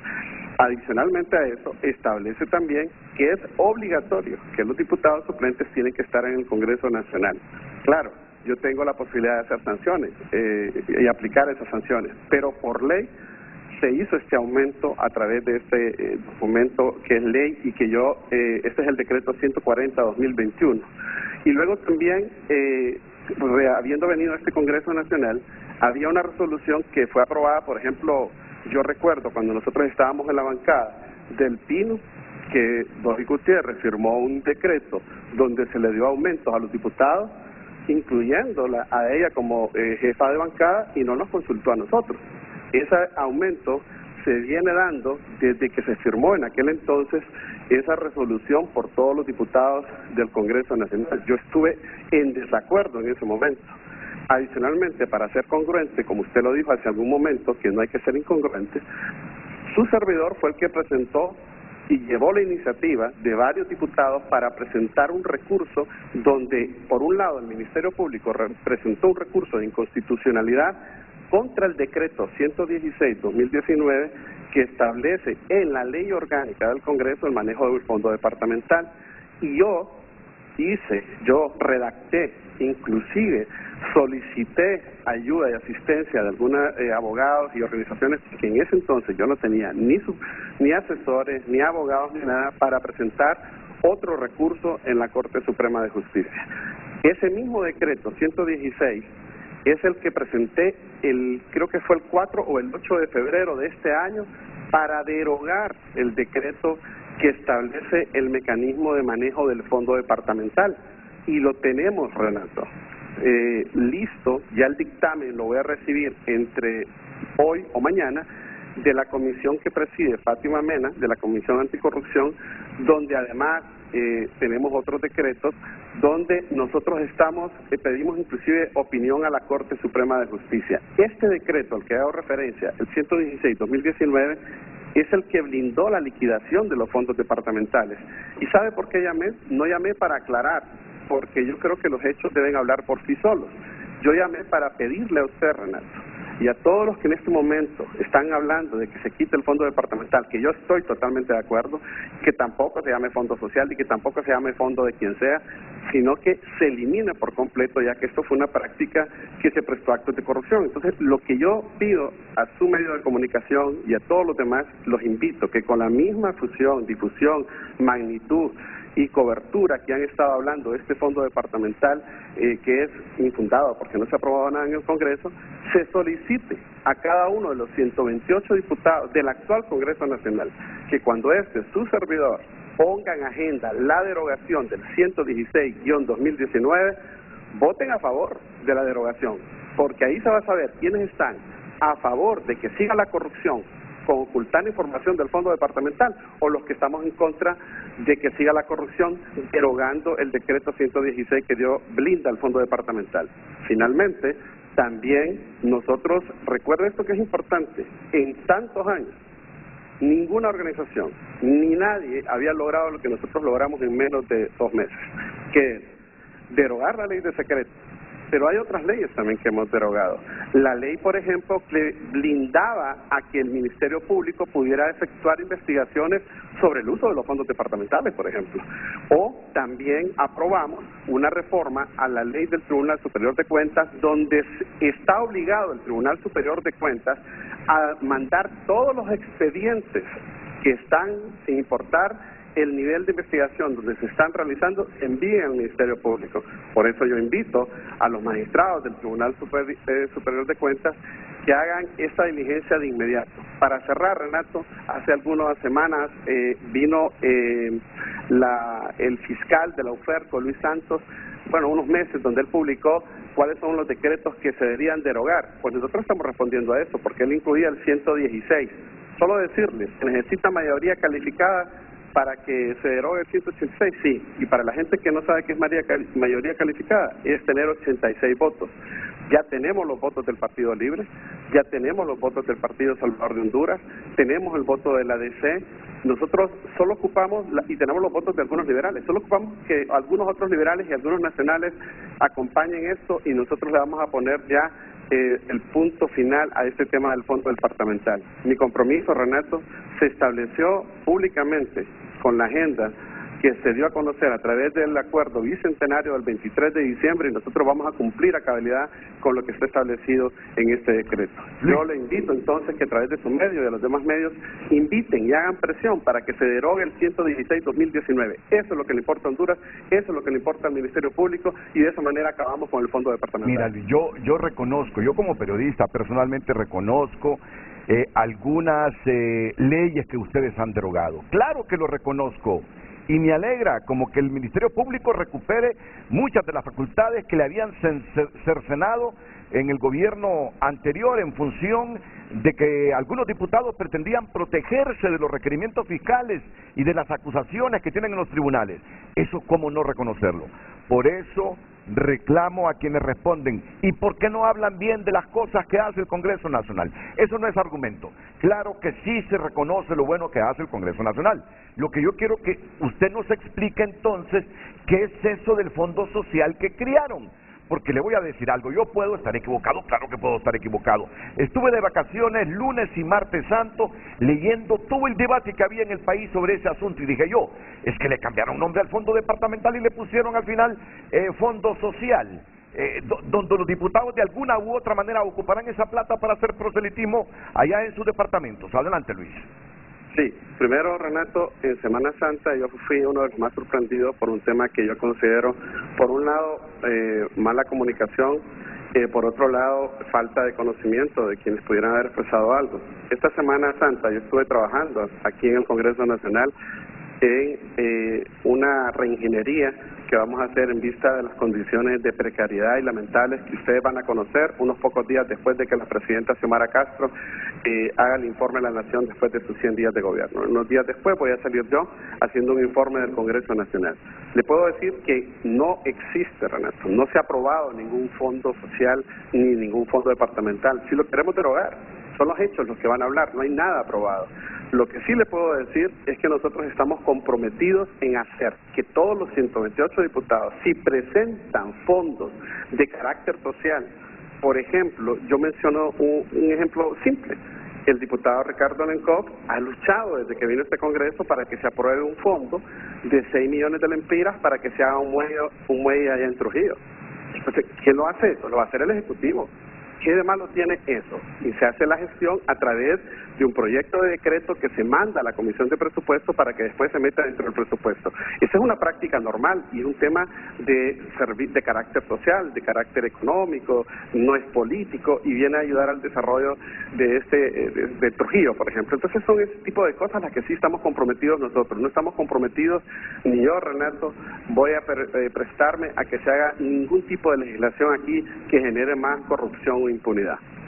Y entonces eso de que los propietarios van a tener 1 millón, que los suplentes $500,000 de lempiras, ese fue el debate de la Semana Santa aquí en el país. Es que, Renato, antes de eso también metieron en la matriz mediática, metieron el tema de que de la OAVI habían vehículos o casas de diputados que habíamos ido a pedir vehículos a la OAVI. Eso no es cierto. De hecho, estoy esperando que me responda el titular de la OAVI para que me ponga a la vista el convenio que había con la administración anterior de este Congreso Nacional para saber cuáles diputados de la administración anterior todavía no han entregado vehículos. ¿Cuáles de esos diputados de la administración anterior tienen casas o viviendas? Porque del Congreso actual no hay ni va a haber nada que tenga relación con este asunto de la OAVI. Así que han metido cualquier cantidad de cosas, Renato. Estamos siendo como una especie de punching bag, donde están metiendo cualquier cantidad de cosas y lo que yo siempre he hecho, y usted me conoce, a veces no respondo públicamente. Hoy lo hice por respeto a usted, por respeto a Salvador, al programa, a su teleaudiencia. De hecho, me están esperando de la Cruz Roja desde las 8 de la mañana para poder atenderlos. Y si he tomado este espacio es porque considero la importancia de la difusión de su programa y de su canal para hacer un llamado a la población y a los medios de comunicación en este sentido. Y yo le agradezco que usted nos suministre información Yo no tengo la verdad absoluta y si hay que rectificar y comprender mejor las cosas, con mucho gusto. Se trata de que se haga todo lo bueno y lo mejor para el país. Es que usted dijo, desde el 23 de diciembre se dio a conocer la creación de un fondo social. Esto involucra proyectos, los cuales deberán tener la aprobación del acuerdo con el Poder Ejecutivo de promover todos aquellos proyectos que en representación del pueblo de los diferentes departamentos se les piden directamente a los diputados. No es que se les va a entregar 1 millón a los propietarios y medio millón a los suplentes. Es correcto, Renato. Okay. Usted lo ha dicho de manera correcta, así va a ser. Yo solamente de insistir en esto, Renato. Honduras, las investigaciones del país, el poner orden con el despilfarro que se dio desde este Congreso Nacional en las administraciones anteriores con el fondo departamental, se va a acabar cuando cada uno de los 128 diputados actuales del Congreso Nacional emitan su voto en favor de la derogación del decreto 116-2019. Yo les pido ayuda en ese sentido a todos los que en este momento están señalando fondo departamental. Cambien la matriz y digan entonces que se derogue el 116 y van a ver ustedes cómo aquí se va a poner orden y se acaba con esa corrupción que se dio a través de este decreto que blinda y le da impunidad y hasta inmunidad a los que utilizaron fondos públicos para situaciones personales. Yo le agradezco por el espacio, Renato.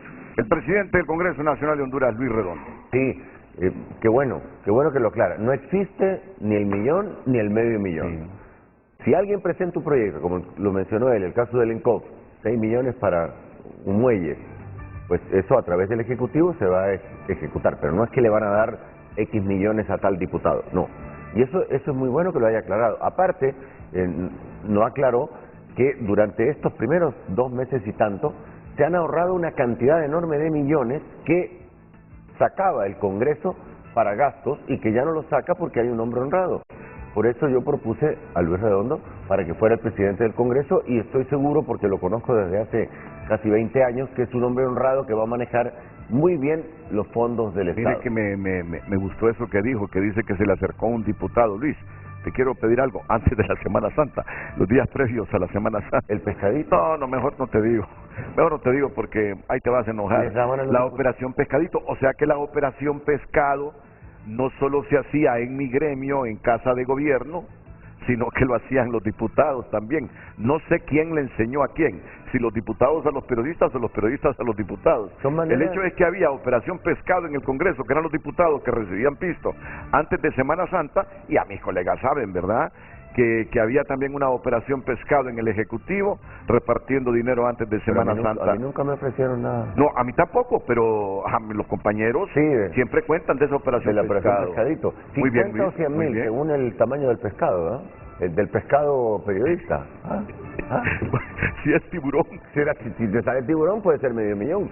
Bueno, tenemos a John Ruiz para seguir hablando de este tema de las propiedades medicinales de la cannabis y cómo Honduras le puede sacar provecho aprovechando su clima. 1 kilogramo de cannabis producido en Honduras cuesta 15 centavos de dólar en comparación, de dólar, ¿verdad? Un gramo, sí, un gramo. Un gramo, perdón, 1 kilogramo, decía yo. 1 gramo, 15 centavos de dólar en comparación con Canadá, clima frío, donde cuesta más del dólar, y en Europa también. Cosa, Argentina y Chile, por ejemplo, no tienen sol todo el año, entonces Argentina y Chile no compiten con los otros países para poderla producir, por su clima templado. Aquí se trata, yo creo, de tomar un poco el liderazgo de la región, desarrollar un marco regulatorio que sea muy sencillo desde el punto de vista de poder facilitar la exportación, pero no facilitársela a todo el mundo, sino aquellos que tengan una licencia y tengan una autorización estatal para poder desarrollar estas actividades. Yo quería mencionar un punto, y es que hablamos desde el punto de vista de cultivo, pero aquí hay 2 maneras de exportar. Una es la flor seca, que es la que de alguna forma hay determinados productos que la necesitan, pero también hay un proceso de extracción, para poder exportar también a otras industrias desde Honduras un producto que tiene más valor agregado que el mero producto agrícola. Yo quería, Renato, antes se ha acabado tu intervención hablando de propiedades, de que efectivamente a ti te había ayudado, y en la introducción has mencionado que yo tuve un cáncer en el año 94, y la verdad es que el cannabis, gracias a un amigo, además, que es un brillante abogado laboralista en Bilbao, Pues la verdad es que el cannabis me ayudó a eliminar los opiáceos, que tanto daño me habrían hecho y que tanto daño han hecho en Estados Unidos con problemas de adicción y problemas de muerte. Y además, pues hoy en día soy epiléptico y de hecho el CBD me ayuda, pero muchísimo, también a reducir el número de ataques y de medicamentos que necesito para controlar esos ataques. Es decir, a mí nadie me tiene que convencer, al menos en dos patologías, una el dolor y otra la epilepsia, de las ventajas que tienen, y probablemente no estoy tomando el tipo de cannabis que yo necesitaría, precisamente porque todavía hay muchas barreras regulatorias y muchos miedos a lo que es el cannabis. Y me gustaría proponeros que, como el cannabis, digamos, tiene un nombre muy negativo, y como decía antes, el cannabis viene, todos los tipos de cannabis vienen de una planta que se llama cannabis sativa. Normalmente al cannabis que tiene mucho contenido psicoactivo, mucho THC, se le llama normalmente marihuana, y al que tiene un poco contenido, un bajo contenido de THC y un alto contenido de CBD, normalmente se le llama cáñamo, que tiene un nombre, pues de alguna forma, menos negativo que la marihuana y que el cannabis. Y la verdad es que lo que estamos hablando es desarrollar un marco regulatorio para el cultivo del cáñamo y, si hay interés, ¿por qué no?, para la extracción del cáñamo bajo un sistema, como decía, de licenciamiento, pues bajo unas normas muy claras y muy específicas, desarrollado en un marco regulatorio. Él mencionó dos cosas que son importantes también para otro tipo de productos en Honduras. Claro. Porque la producción de la flor seca es como cuando producís, por ejemplo, naranjas y exportás las naranjas.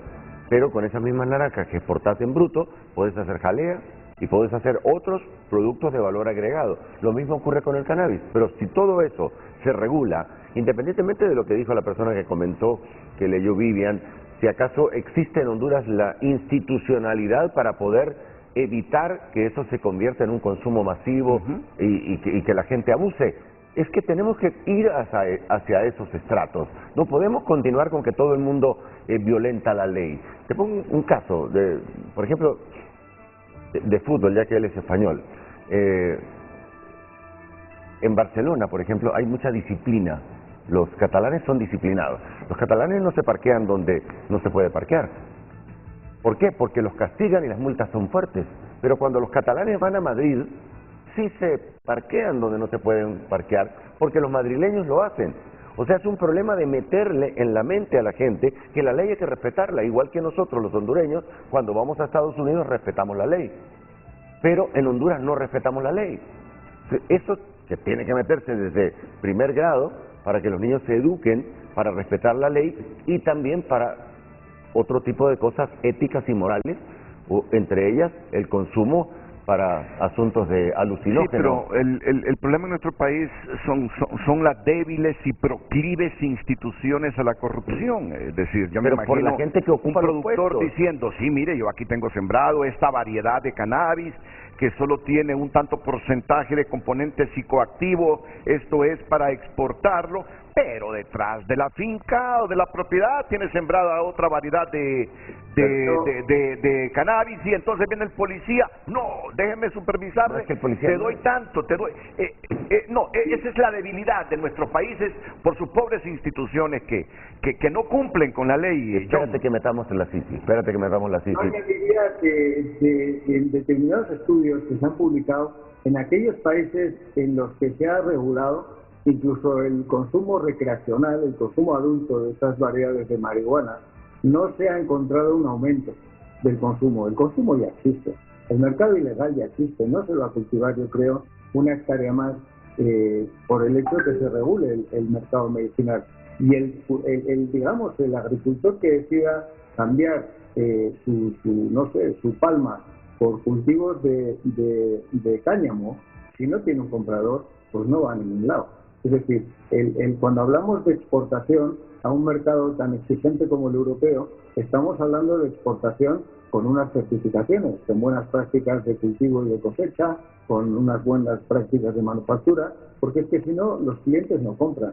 Y dentro de esas certificaciones tiene que haber un mecanismo de trazabilidad pues para garantizar que todo se ha cumplido en el proceso. Pues yo sí estoy de acuerdo con el ingeniero que efectivamente yo creo que Honduras se tiene que mover hacia eso, porque es la manera de que efectivamente el país evolucione y que se aproveche de esta grandísima oportunidad y que además lidere digamos, Centroamérica, compitiendo con países como Costa Rica y Panamá, que parece que van al frente, pero que yo creo que con voluntad política y determinación Honduras les puede alcanzar. Mira, hay una cosa importante sobre esto de si estamos preparados institucionalmente. Estamos por traer la Sisi. Ahora, la gente dice, yo voy a combatir la corrupción. ¿Cómo la vas a combatir? Que ese es el punto, porque cualquiera te dice, yo combato la corrupción y no sabe. Yo combato la corrupción porque soy honrado. Hay que tener técnicas de cumplimiento. Por ejemplo, si me están viendo empresas que quieren participar para poder instalar en sus propias hectáreas de terreno particular, quieren dedicarse al cultivo del cannabis. Pero hay ciertos cumplimientos que tiene que seguir, legales, sociales y de otro tipo, laborales. Entonces, ¿quién mide el cumplimiento? Hay que tener una institución, que eso lo tiene que crear la gente que venga de la CICI, de la Comisión contra la Impunidad y la Corrupción. Tiene que crearse los cumplimientos para que eso sea efectivo y no simplemente que yo soy anticorrupción y por eso voy a combatir la corrupción. O sea, hay formas de medir y no es simplemente un policía, sino que un especializado que al principio obviamente no van a ser un montón de fincas las que se van a tener. En Colombia puede haber, no sé, 300.000 productores, pero en Honduras mucho menos. Me están preguntando, ¿se puede promover la inversión extranjera en Honduras? Si puedan llegar multinacionales a pedir licencia e invertir. Pero claro, en muchas cosas. Oye, si nosotros traemos maíz, arroz y frijoles, esos productos que Honduras debería producir y que en 1960, cuando nosotros, bueno, yo ya tenía 7 años, Honduras era el granero de Centroamérica y exportaba estos 3 productos de la canasta básica. Resulta que hoy traemos de afuera, se dejaron de plantar no sé cuántos quintales. Hectáreas, sí, de maíz. ¿Y por qué? Y otros granos, así es. Eso hay que corregirlo y por eso tenemos gente nueva en este gobierno que lo va a corregir. En los tiempos de Callejas, él dijo que salía más barato importar el grano subsidiado de Estados Unidos que sembrarlo en el país. Y cuando vino el CAFTA, que ese es otro problema, que ojalá traigas a los expertos, se acabó el CAFTA y ahora los productos de otro país entran sin pagar impuestos. Sí, porque se venció el periodo de gracia que nos dieron, por decir algo. ¿Sí? Ok, durante 15, 20 años, nosotros los estadounidenses vamos a exportarles a ustedes este tipo de grano. Pagando impuestos. Con este arancel. Pero ya vencido ese tiempo, si tenemos un tratado, todos estos granos van a entrar allá como Pedro a su casa. ¿Sí? ¿Y quién compite con ellos que están subsidiados? Claro. Los pobres nuestros no podrían competir. Entonces, estas son políticas de Estado que hay que implementar ahora en este gobierno de Xiomara Castro con estos cerebros que tenemos en la parte económica. Ok, solo permítanme una pausa y retorno para escuchar ya los comentarios en la recta final sobre esta propuesta que en Honduras hace el designado presidencial don Salvador Nasralla para que el país permita el cultivo de una variedad de la cannabis para exportación con el objetivo que ésta se explote para uso medicinal, porque la cannabis tiene unas propiedades medicinales impresionantes. De hecho, yo he traído historias de madres cuyos hijos necesitan algunos medicamentos que se venden en otros continentes y que tienen como contenido la cannabis. Son carísimos. Y que sufren porque el país no les autoriza importar medicamentos para niños que están graves, padeciendo enfermedades. Te lo dijo él ahí, te reemplaza la quimioterapia, te sirve para la epilepsia y te sirve para un montón de cosas. La quimioterapia te termina matando, esto no te termina matando. Ya escuchamos el testimonio de John, sus padecimientos y cómo la cannabis le ha ayudado. La pausa y volvemos. De inmediato leemos algunos de los mensajes que nos han llegado a las redes sociales de Frente a Frente sobre el tema de esta mañana. ¿Qué tan fuerte es la institucionalidad de Honduras para evitar que el cultivo de la cannabis para uso medicinal al final se convierta en la fabricación de miles de porros? Nos dice Ismael Ochoa. A duras penas se está reconstruyendo la institucionalidad del país y la presentación de este tipo de proyectos delicados deberán hacer su espera. José Luis Moncada. Revisando la experiencia de otros países, es un proceso largo, ocupa institucionalidad robusta y dedicada. Uruguay ya avanzó, Costa Rica lo sigue. Son países más pequeños y niveles económicos y educacionales más elevados. Hay otros rubros que pueden generar trabajo. Ariel. Pero esa institucionalidad robusta no se puede conseguir si seguimos dándoles fideicomisos a los bancos o contratos leoninos a los turcos de las térmicas. Saludos. Otro usuario nos dice, ¿y quién podría decir que por no ser legal en el país ha frenado el consumo de la misma en nuestro país? Creo que hay que ser realistas y quitarnos la venda de los ojos. El consumo del cannabis en la juventud ya es muy alta. Raúl Alberto Reyes. La institucionalidad tendría que fortalecerse. Actualmente es débil y habría dificultad en regular el cultivo con fines medicinales y de exportación de cannabis. Ariel. Si Salvador logra que el cultivo de cannabis sea una realidad para Honduras, pasará a la historia y dejará un legado para los hondureños, pero tiene que luchar contra los conservadores que impiden el desarrollo de este país desde los tiempos del general Francisco Morazán. Vamos a una nueva pausa comercial. Un minuto para el ingeniero Narrala. Es que yo estoy viendo las reacciones de él cuando tú lees los mensajes y el público arguye que la institucionalidad todavía es débil y que se prestará a una tremenda corrupción entre los productores de las variedades de cannabis y los que anden verificando, monitoreando qué tipo de variedad siembra. Entonces, cuando la gente habla de institucionalidad, yo sé que usted sabe que debemos tener una institucionalidad seria y fuerte, no solo para este asunto, para todo. Pero lo estoy viendo que cree que más allá de la institucionalidad, el país debe afrontar los riesgos y en la generación de empleo y en la generación de divisas debe procurar lo más pronto posible aprobar esta ley para sembrar la cannabis. Hay una cosa que en Honduras siempre se le digo a la gente, las prioridades. Primero como, después me visto, después tengo un techo propio. O sea, en este momento yo lo que estoy promoviendo es simplemente la producción, no el consumo. Y la producción se puede hacer como trabajan las maquilas, por ejemplo. ¿Quién puede entrar a un lugar donde maquilan y agarrarse las cosas para venderlas localmente? Nadie. Bueno, empecemos por poco. Generación de empleo, produciéndola. Y si querés solamente producir la flor seca, solo producir la flor seca. Y si querés producir la otra, la medicinal, pues producila, pero no vayas a perder tiempo en tratar de convencer a la gente de que es un producto bueno, que sirve. Aquí te dijimos que sirve para reemplazar quimioterapia, para dolores, para un montón de papadas. Pero olvidémonos de eso, no aprovechemos el beneficio más que de la generación de empleo y del dinero que podemos ganar como país produciéndolo. De las divisas que generaría. Nada más. Esas dos cosas son mi prioridad. Después, no, si la querés, importala. Se va de Honduras a los Estados Unidos, allá la venden y la traes para acá. No la vendamos localmente para que la gente mantenga su mente obtusa, una mente conservadora que no nos ha llevado a ningún lado más que a la emigración de 2 millones de personas que no tienen chamba y se van porque no tienen chamba. Y aparte no solamente la cannabis, aquí se puede producir un montón de cosas y de buena calidad. Y todo el año, como los tomates, por ejemplo, que los mencionaron ahí. El problema es que no hemos tenido gente capaz en los diferentes ministerios y este es el momento de tenerlo y que el gobierno actual demuestre que tiene la capacidad.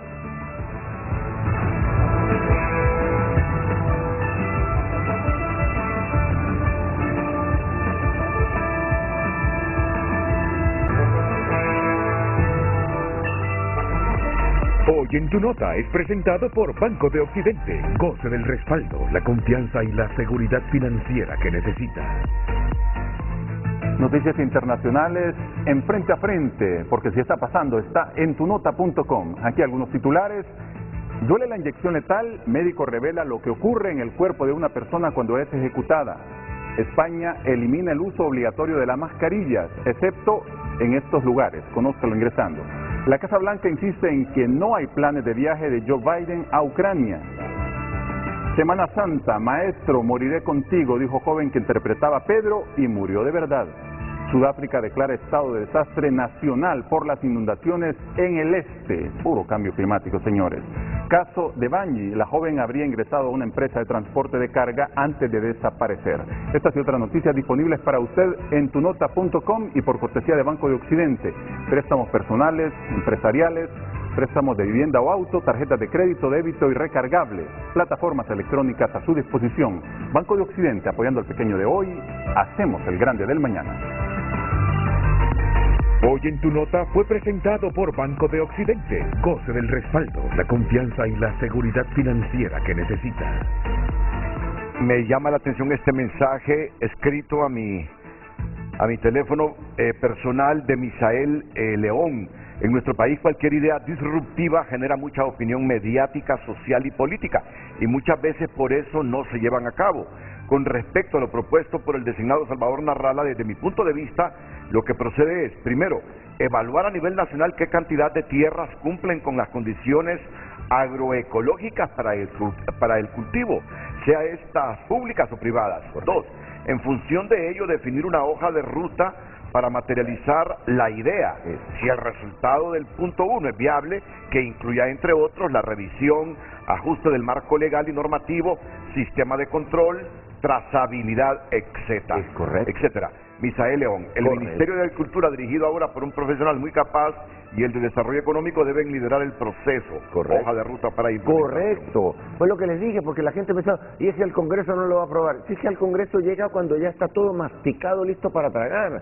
El Congreso es la última instancia, pero el estudio que menciona este señor, al que no conozco, Don Misael León. claro, todas las cosas son así, igual para el cultivo del maíz, del frijol, de todo. Todo es así, pasa por un estudio de viabilidad o factibilidad, evaluación del proyecto, se lo estudié yo. Los comentarios finales de don John Ruiz después de la pausa comercial.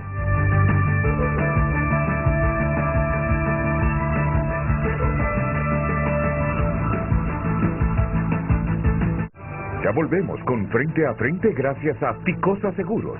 Gracias a ti cumplimos 65 años de ser la aseguradora número 1 en Honduras.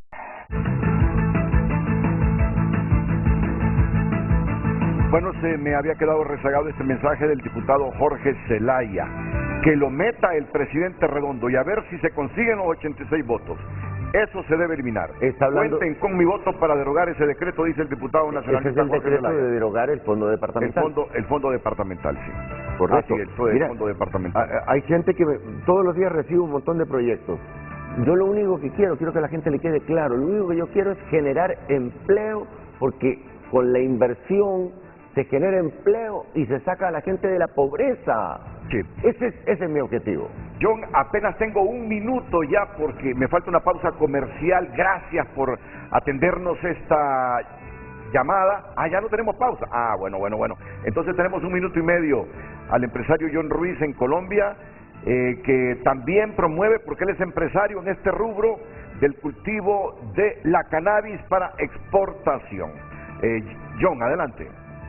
Bueno, en primer lugar, por si se nos acaba el tiempo, agradecerte, Renato, muchísimo la invitación. La verdad es que cada vez que tengo oportunidad de hablar de la cannabis, pues la verdad, y los usos medicinales, la verdad es que lo hago encantado. Yo quería volver a reincidir que efectivamente esto es una operación de generación de empleo fenomenal. Lo que hoy se ve como quizás una idea rompedora con dudas sobre la institucionalidad, en unos años, si no se aprovecha, se va a ver como una oportunidad perdida, porque la gran mayoría de los países ya lo están haciendo, no es que lo vayan a hacer. Un dato, en el acuerdo del 61 y en el acuerdo del 72 de las Naciones Unidas, jamás se prohibió el uso medicinal de la planta de cannabis ni de ninguna otra droga. Y apunto una información que realmente probablemente sea muy nueva o desconocida para mucha gente. España es el mayor productor del mundo de amapola para opiáceos medicamentales. Nadie pone en duda que España sea un productor de cocaína, ¿no? Simplemente produce una amapola con una serie de cupos que otorga las Naciones Unidas y la produce allí. Esto es básicamente lo mismo, solo que evidentemente con un fin únicamente médico y con una planta que ni genera daño como la amapola ni de alguna forma tiene todos las connotaciones negativas ni que las Naciones Unidas exigen tanto control. Esto es un producto beneficial, es un producto para exportación, para generación de empleo, como dice el ingeniero, para generación de divisas. Para el país, un ingreso que puede cambiar completamente la imagen del país y se puede hacer bien. Muchas gracias, John, y a ver cuándo tenemos el privilegio, el honor de tenerlo aquí en Tegucigalpa y específicamente aquí con nosotros en Frente a Frente de Canal 5 de la Corporación Televicentro. Será un honor tenerlo pronto. Igualmente, muchísimas gracias. Gracias, saludos, John. Gracias, John. Un minuto, ingeniero, menos, 30 segundos. Sí, no, solamente reiterar eso. Nosotros, como gobierno, estamos obligados en generar empleo. Y esa es una oportunidad, pero no es la única. Ahí estaba comentándote, fíjate que hay una empresa de Israel que en 48 horas te instala máquinas que te permiten producir 100.000 litros de agua por hora, agua servida. Son proyectos que no solamente generan empleo, sino que te resuelven el problema de la falta de agua. Yo se lo pasé a mi amigo el alcalde y así hay un montón de cosas que se las manda a los diferentes ministros. Me gustó ese ejemplo que puso de España, que es el mayor productor de amapolas allá en Europa. Hasta canción tiene. Para medicamentos y nadie dice que es que productor de cocaína. Nada. Sí, consumen cocaína. O sea, tenemos que tener una mente. Cualquier sociedad, ¿no? Exactamente, Sí. una mente abierta. Gracias, pero no para ingeniero. consumirla. Salvador Narrala, designado presidencial, esta mañana aquí en Frente a Frente. A todos, muchas gracias, buenos días.